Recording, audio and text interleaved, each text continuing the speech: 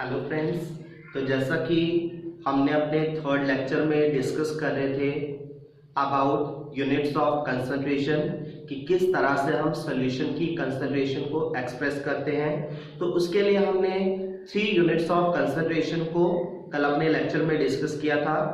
First one हमने पढ़ा था मास परसेंटेज और वॉल्यूम परसेंटेज के बारे में, सेकेंड वन था पार्ट्स पर मिलियन और थर्ड हमने किया था मोल फ्रैक्शन।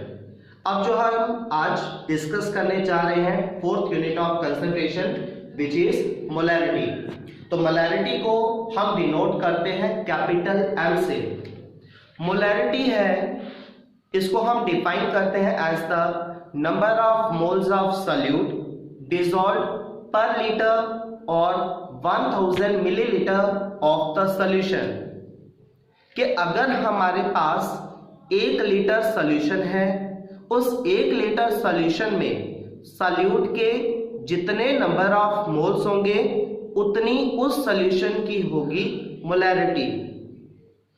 कि अगर हमारे पास 1 लीटर हमने सॉल्यूशन लिया है, पूरे सॉल्यूशन का वॉल्यूम 1 लीटर है, तो उस 1 लीटर सॉल्यूशन में सॉल्यूट के जितने भी नंबर ऑफ मोल्स होंगे उतनी उस सॉल्यूशन की होगी मोलैरिटी। मान लीजिए अगर हमारे पास 1 लीटर सॉल्यूशन में 20 मोल्स ऑफ सॉल्यूट है, तो ऐसे सॉल्यूशन की मोलैरिटी होगी 20 मोलर। अगर हमारे पास 1 लीटर सॉल्यूशन में 40 मोल्स ऑफ सॉल्यूट है, तो उस सॉल्यूशन की मोलैरिटी होगी 40 molar. So in general 1 litre solution में सॉल्यूट के जितने भी नंबर ऑफ मोल्स होते हैं उतनी उस सॉल्यूशन की होती है मोलैरिटी। तो इसीलिए हम मोलैरिटी को एक्सप्रेस करते हैं इस तरह से, molarity is equal to number of moles of solute divided by volume of solution in litre. Expression रहेगा हमारे पास molarity is equal to number of moles of solute divided by volume of solution in litres. तो guys होता यह है कि mostly जब हम न्यूमेरिकल प्रॉब्लम सॉल्व करते हैं तो उसमें हमें सॉल्यूशन का जो वॉल्यूम है वो मिलीलीटर्स में गिवन होता है मोस्टली केसेस में। अगर तो लीटर्स में गिवन है तो आपको यही फॉर्मूला यूज करना है मोलैरिटी कैलकुलेशन के लिए।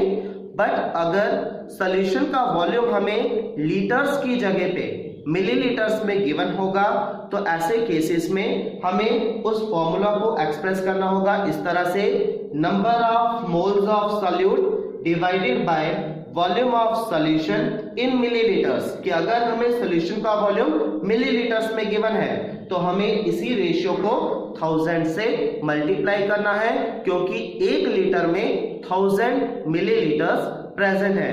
तो इसीलिए रेशियो को मल्टीप्लाई करेंगे बाय 1000 मिलीलीटर पर लीटर। तो इस तरह से हम इस फॉर्मूला को अप्लाई करके सॉल्यूशन की मोलैरिटी को फाइंड आउट कर सकते हैं। और साथ में number of moles of solute की जहां तक बात है तो उसके लिए हमने कल भी फॉर्मूला डिस्कस किया था अपने थर्ड लेक्चर में कि नंबर ऑफ मोल्स के लिए फॉर्मूला रहेगा given mass of solute divided by molar mass of solute. कि जितना आपको सॉल्यूट का मास दिया गया है उस मास को डिवाइड करना होगा by molar mass of solute से, तो आपको मिलेंगे number of moles of solute. तो दोनों वैल्यूज को जब आप पुट करेंगे number of moles of solute and volume of solution, तो वैल्यूज पुट करने पे इस एक्सप्रेशन में अप्लाई करने से आपको मिलेगी value of molarity of the solution. Then units अगर हमें फाइंड आउट करने हैं मोलैरिटी के, तो मोलैरिटी के एक्सप्रेशन जो था वो था number of moles of solute. तो number of moles of solute तो उसके यूनिट्स मोल्स ही है, और वॉल्यूम लीटर्स में लिया गया है, तो ये आ जाएगा यूनिट्स इसके हमारे पास मोल्स पर लीटर, या जिसे हम बोलते हैं मोल्स लीटर इनवर्स, या जिसको हम मोलर से भी डिनोट करते हैं कैपिटल एम से। तो units of molarity will be moles per litre और simply M which means molar. तो इसी बेसिस पे ये जो मोलैरिटी है इसको हम फर्दर नेमिंग करते हैं as molar concentration. Molarity is also defined as the molar concentration. Then अब अगर हम बात करें मोलैरिटी कि क्या सॉल्यूशन की मोलैरिटी पे टेम्परेचर का कोई इफेक्ट पड़ता है, क्या टेम्परेचर के साथ सॉल्यूशन की मोलैरिटी सेम रहती है, तो उसके लिए ये जो हमारे पास मोलैरिटी का जो एक्सप्रेशन था वो कहता है कि मोलैरिटी दो चीजों पे डिपेंड करती है, एक तो सॉल्यूट के नंबर ऑफ मोल्स और दूसरा सॉल्यूशन का वॉल्यूम। तो जहां तक बात है number of moles of solute, तो टेम्परेचर के साथ number of moles of solute change नहीं होते हैं, क्योंकि अभी आपको जैसा कि मैंने फॉर्मूला में बताया कि number of moles of solute depend करता है ऑन मास ऑफ सॉल्यूट, चाहे वो गिवन मास है या मोलर मास। तो number of moles depends upon the mass of solute. तो मास जो है इट इज टेम्परेचर इंडिपेंडेंट, कि law of conservation of mass कहता है मास रिमेन्स कंजर्व, कि मास टेम्परेचर के साथ चेंज नहीं होता है। तो that means number of moles of solute do not changes with the temperature. Number of moles of solute पे भी टेम्परेचर का इफेक्ट नहीं होता है। तो अब यहां पे जो हमारे पास सेकेंड फैक्टर है which is volume of solution. तो गाइस जो सॉल्यूशन का वॉल्यूम है वो टेम्परेचर के साथ चेंज होता है। जैसे जैसे टेम्परेचर इंक्रीज होता है, टेम्परेचर के बढ़ने से सॉल्यूशन का जो वॉल्यूम होगा वो एक्सपैंड होता है, कि जब हम टेम्परेचर को इंक्रीज करेंगे तो टेम्परेचर के बढ़ने से सॉल्यूशन के वॉल्यूम में एक्सपेंशन होगी, और जब हम टेम्परेचर को डिक्रीज करते हैं तो टेम्परेचर के डिक्रीज होने पे सॉल्यूशन का वॉल्यूम कॉन्ट्रैक्ट होता है। तो दैट मीन्स टेम्परेचर के चेंज होने से सॉल्यूशन के वॉल्यूम में चेंज आती है, कि टेम्परेचर बढ़ता है तो वॉल्यूम ऑफ सॉल्यूशन भी बढ़ेगा, और टेम्परेचर के कम होने पे सॉल्यूशन का वॉल्यूम भी कम हो जाएगा। तो जब टेम्परेचर के चेंज होने से वॉल्यूम ऑफ सॉल्यूशन चेंज होगा, तो वॉल्यूम ऑफ सॉल्यूशन के चेंज होने से मोलैरिटी की वैल्यू भी चेंज हो जाएगी। तो इस तरह से जो मोलैरिटी है दैट इज टेम्परेचर डिपेंडेंट, ये टेम्परेचर पे डिपेंड करती है कि जैसे जैसे टेम्परेचर चेंज होगा तो टेम्परेचर के चेंज होने से सॉल्यूशन की मोलैरिटी भी चेंज होती है। So molarity is temperature dependent. तो ये था हमारे पास unit of concentration molarity.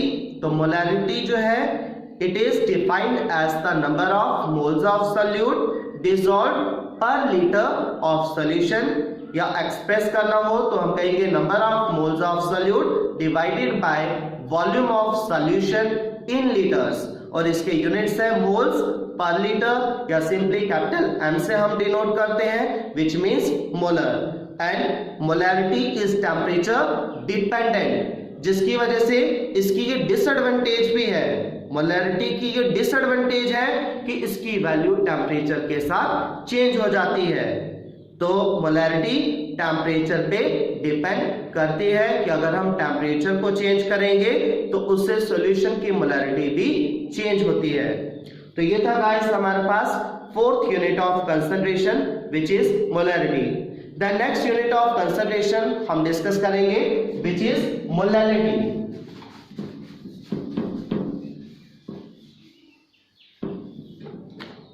The next fifth unit of concentration, this is molality, और मोलैलिटी को हम स्मॉल m से डिनोट करते हैं। तो molality is defined as the number of moles of solute present in 1 kg और 1000 ग्राम ऑफ सॉल्वेंट। अगर molality को हम डिफाइन करें तो हम कहते हैं कि अगर हमारे पास 1 kg सॉल्वेंट है तो उस 1 kg सॉल्वेंट में जितने सॉल्यूट के नंबर ऑफ मोल्स होंगे उतनी उस सॉल्यूशन की होगी मोलैलिटी। कि अगर हमारे पास 1 kg मास ऑफ सॉल्वेंट है तो 1 kg मास ऑफ सॉल्वेंट में सल्यूट के जितने भी नंबर ऑफ मोल्स होंगे उतनी उस सॉल्यूशन की होगी मोलैलिटी। कि अगर हमारे पास 1 kg सॉल्वेंट में हम ऐड करते हैं 10 मोल्स ऑफ सॉल्यूट, तो उस सॉल्यूशन की जो मोलैलिटी होगी दैट विल बी 10 मोलल। तो इसी तरह से हम कहते हैं कि 1 kg या 1000 ग्राम ऑफ सॉल्वेंट अगर हम लेंगे तो उसमें जितने सॉल्यूट के नंबर ऑफ मोल्स हम ऐड करते हैं तो हमें उतनी ही उस सॉल्यूशन की मिलती है मोलैलिटी। तो मोलैलिटी को हम एक्सप्रेस करते हैं इस तरह से, molality is equal to number of moles of solute divided by mass of solvent in kg। तो यही सॉल्वेंट का मास अगर आपको केजीज की जगह पे ग्राम्स में गिवन होगा तो वहां पे हम इस रेशियो को मल्टीप्लाई करेंगे 1000 से, बिकॉज 1 kg कंटेन्स 1000 ग्राम्स। तो इसी को हम इस तरह से भी लिख सकते हैं कि number of moles of solute divided by mass of solvent. तो ये अगर हमें ग्राम्स में गिवन है तो रेशियो को मल्टीप्लाई करना है 1000 से, 1000 ग्राम पर केजी, मीन्स 1 kg में 1000 ग्राम्स प्रेजेंट है। तो ये एक्सप्रेशन रहेगा हमारे पास मोलैलिटी को फाइंड आउट करने के लिए, number of moles of solute divided by mass of solvent in KG. तो नंबर ऑफ मोल्स ये तो गाइस आपको पहले भी रिपीट किया मैंने, आप फाइंड आउट कर सकते हैं given mass of solute divided by molar mass of solute formula को अप्लाई करके आपको नंबर ऑफ मोल्स मिल जाएंगे और उसके बाद जितना हमें सॉल्वेंट का मास गिवन होगा उसको पुट करके we can find out the molality of the solution. Then units की अगर हम बात करें अब,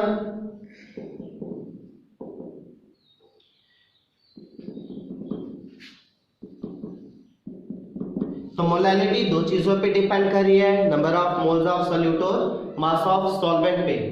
तो नंबर ऑफ मोल्स के यूनिट्स मोल्स और इसी तरह से मास ऑफ सॉल्वेंट केजीज में लेना है, तो ये आ जाएंगे यूनिट्स मोल्स पर केजी, या सिंपली हम इसको स्मॉल m से डिनोट कर सकते हैं विच मींस मोलल। तो इसी बेसिस पे हम मोलैलिटी को डिफाइन करते हैं एज मोलर कंसंट्रेशन। जिस तरह से आपको बताया मोलैलिटी को हम डिफाइन करते हैं एज मोलर कंसंट्रेशन, उसी तरह से मोलैलिटी को हम डिफाइन करते हैं एज मोलर कंसंट्रेशन। तो ये है units of molality which is mole पर केजी, और स्मॉल m से हम डिनोट करते हैं जिसको हम बोलते हैं मोलर। देन अगर अब हम बात करें मोलैलिटी की, तो मोलैलिटी टेम्परेचर के साथ चेंज नहीं होती है, इट इज टेम्परेचर इंडिपेंडेंट।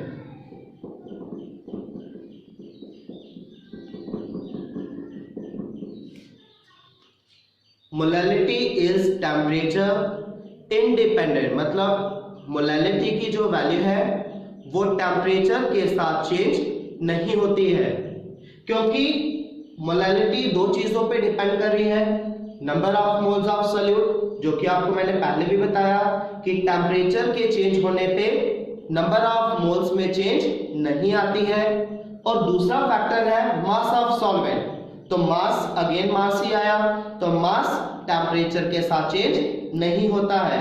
तो दोनों ही फैक्टर्स टेम्परेचर के साथ चेंज नहीं होंगे, तो जिसकी वजह से सॉल्यूशन की मोलैलिटी पे भी टेम्परेचर का कोई भी इफेक्ट नहीं होगा। So molality will be temperature independent. तो अब गाइस हम अगर दोनों में डिफरेंस देखें, अगर हमारे पास लिखा गया है 10 मोलर NaOH सॉल्यूशन और एक हमारे पास लिखा गया है 10 मोलर NaOH सॉल्यूशन, एक हमने लिखा 10 मोलर NaOH सॉल्यूशन और दूसरा हमने लिखा 10 मोलर NaOH सॉल्यूशन। तो दोनों ही सॉल्यूशंस की कंसंट्रेशंस में डिफरेंस है। तो वो डिफरेंस अगर हम यहां पे देखें कि दोनों में क्या डिफरेंस है। फर्स्ट अगर हम बात करें 10 मोलर NaOH सॉल्यूशन, तो 10 मोलर NaOH सॉल्यूशन का मीनिंग हुआ 10 moles of NaOH are present in 1 litre of solution. और 10 मोलर NaOH सॉल्यूशन का मतलब है 10 moles of NaOH but present in 1 kg of solvent. तो 10 मोलर NaOH सॉल्यूशन का मतलब है कि इसमें number of moles of NaOH, these are 10 moles. इसी तरह से 10 मोलर NaOH सॉल्यूशन में भी number of moles of NaOH, these are 10 moles. But लेकिन यहां पे जो 10 मोलर NaOH सॉल्यूशन है, इसका मतलब है कि volume of solution, this is 1 litre, और ये आपको बनाना है 1 kg सॉल्वेंट में। Mass of solvent will be 1 kg। तो दोनों ही यूनिट्स में डिफरेंस है। 10 मोलर NaOH सॉल्यूशन का मतलब है कि 1 लीटर सॉल्यूशन में 10 मोल्स ऑफ NaOH प्रेजेंट होंगे, और 10 मोलर NaOH सॉल्यूशन का मतलब है कि 10 moles of NaOH are present in 1 kg of solvent. और अगर हम दोनों को कंपेयर करें मोलैरिटी एंड मोलैलिटी, तो दोनों में से हम प्रेफर करते हैं मोलैलिटी को। Molality is always preferred over molarity. तो वो हम प्रेफर क्यों करते हैं?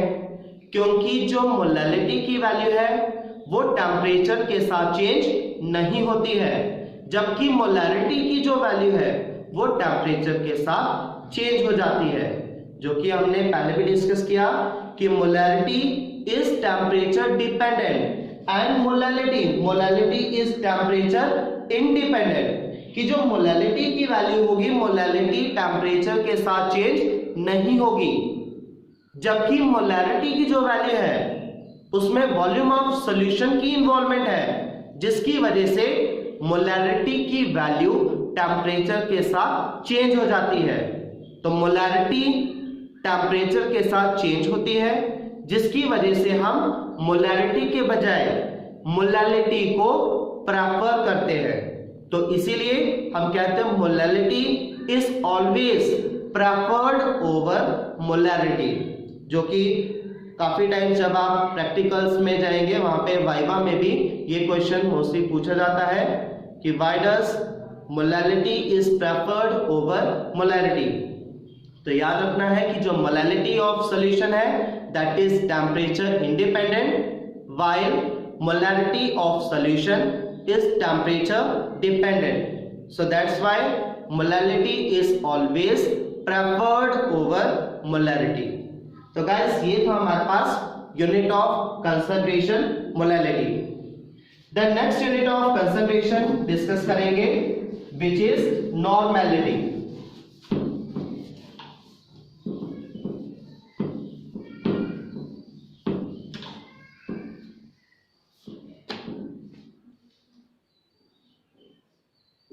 So next unit of concentration is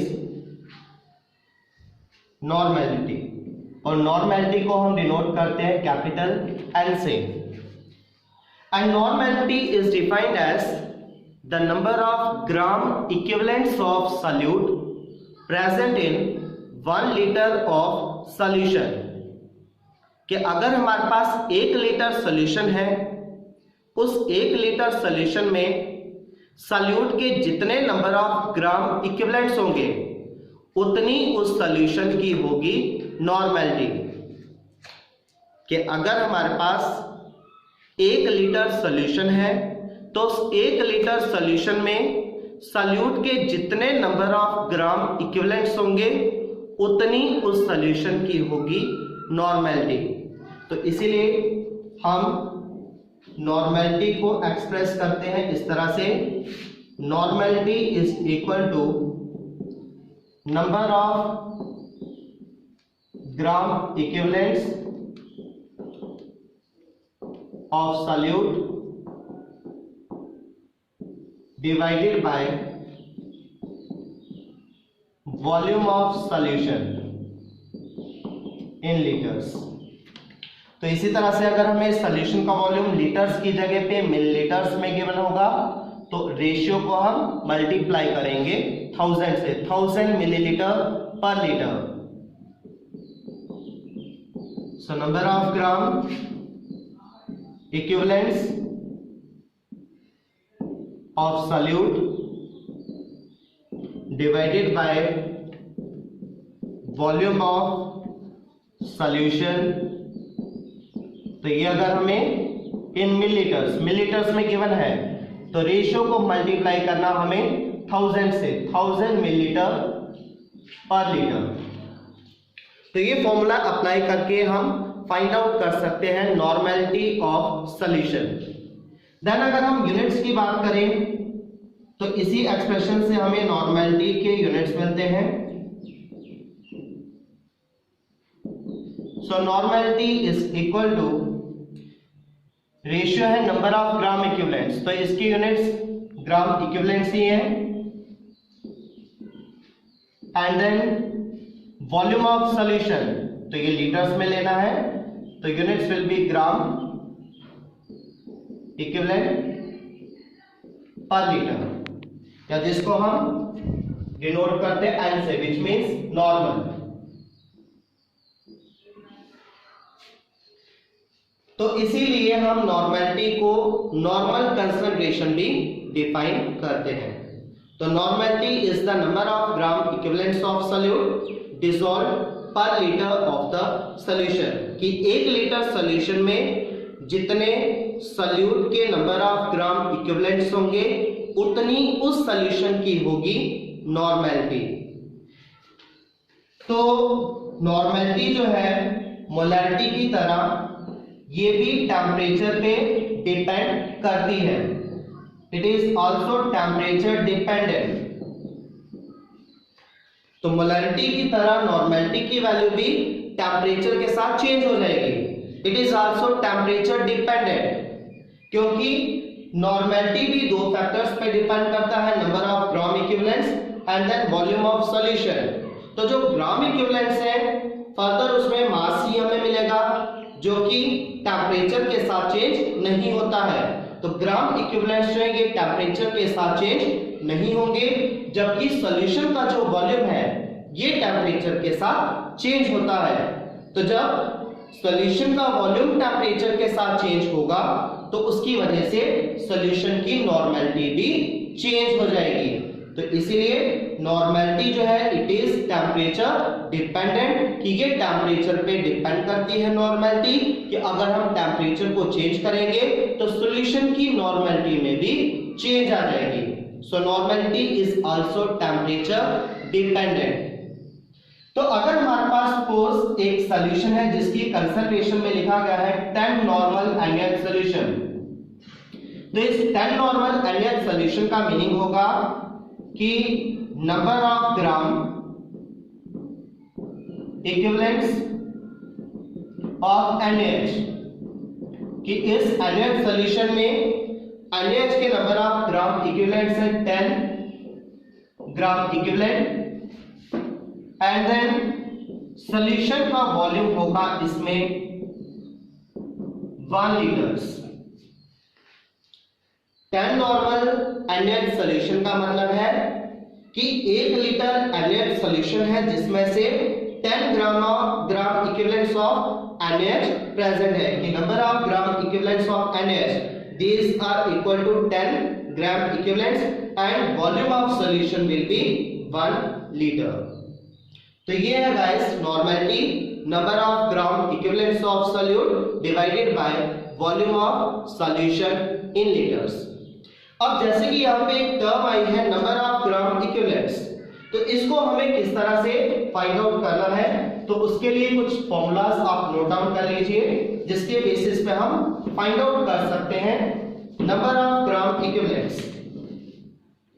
तो number of gram equivalents these are equal to given mass of solute divided by equivalent mass of solute। Number of gram equivalents को find out करने के लिए formula है हमारे पास given mass of solute, कि जितना solute का आपको मास दिया गया है उस मास को आपने डिवाइड करना है bye equivalent mass of solute से। अब गाइस यहाँ पे एक और न्यू टर्म आ रही है इक्विवेलेंट मास ऑफ सॉल्यूट। तो इक्विवेलेंट मास को फर्दर फाइंड आउट करने के लिए ये फॉर्मूला आपको यूज करना होगा, equivalent mass of solute this is equal to molar mass of solute divided by acidity or basicity or valency of metal in salt। तो इक्विवेलेंट मास को फाइंड आउट करने के लिए गाइस फॉर्मूला है molar mass of solute divided by acidity और basicity और valency of metal in case of salt. कि अगर तो हमारे पास एसिड होगा तो उस केस में आपने एसिड का अगर इक्विवेलेंट मास निकालना है तो उस केस में आपको एसिड के मोलर मास को डिवाइड करना उसकी बेसिसिटी से। और अगर तो हमारे पास बेस का केस होगा तो ऐसे केस में आपको मोलर मास ऑफ बेस लेना होगा, डिवाइड करना उसकी बेस की एसिडिटी से। और अगर हमारे पास साल्ट है, सॉल्यूट अगर एक साल्ट है, तो ऐसे केस में आप उसके मोलर मास को डिवाइड करेंगे जितनी मेटल साल्ट में जो मेटल है उसकी वैलेंसी से, तो आपको मिल जाएगा इक्विवेलेंट मास ऑफ सॉल्यूट। तो ये फॉर्मूलाज आपको यूज करने होंगे to find out the number of gram equivalents of solute. तो सबसे पहले आपको फाइंड आउट करना पड़ेगा इक्विवेलेंट मास ऑफ सॉल्यूट। तो इक्विवेलेंट मास ऑफ सॉल्यूट को फाइंड आउट करने के लिए फॉर्मूला है molar mass of solute divided by acidity और बेसिसिटी और valency of metal in salt. And then number of gram equivalents आप फाइंड आउट कर सकते हैं इक्विवेलेंट मास से कि number of gram equivalents will be equal to given mass of solute divided by equivalent mass of solute. तो इस तरह से हम फाइंड आउट कर सकते हैं नॉर्मेलिटी को। तो ये था हमारे पास next unit of concentration.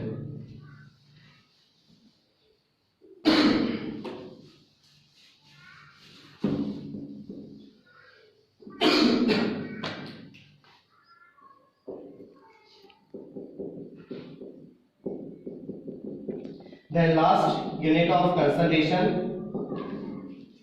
which is formality।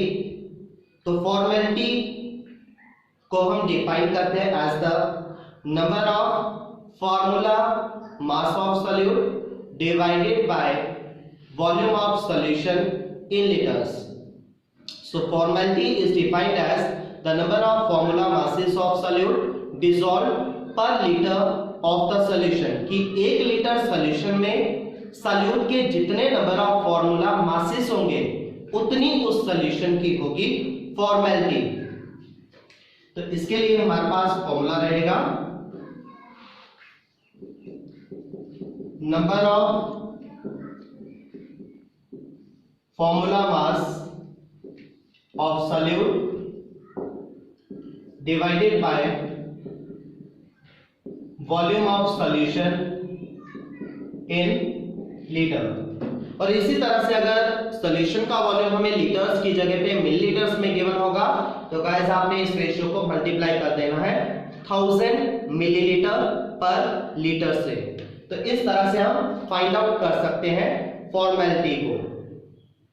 तो ये था हमारे पास लास्ट यूनिट ऑफ कंसंट्रेशन, तो ये उतना ज्यादा फेमिलियर नहीं है, इसको हम साल्ट्स के केसेस में ही यूज करते हैं, जिनके केसेस में हम फॉर्मूला मासेस लेते हैं सॉल्यूट का। तो ये थे हमारे पास 7 यूनिट ऑफ कंसंट्रेशन, जिसमें फर्स्ट टू 6 जो आपने नॉर्मेलिटी तक यूनिट ऑफ कंसंट्रेशन किए, ये सारे इंपॉर्टेंट वन है जिनका हम मोस्टली यूज करते हैं और जिसके ऊपर बेस्ड न्यूमेरिकल प्रॉब्लम्स भी एग्जाम्स में पूछे जाते हैं। तो होप आपको ये यूनिट ऑफ कंसंट्रेशन क्लियर होंगे।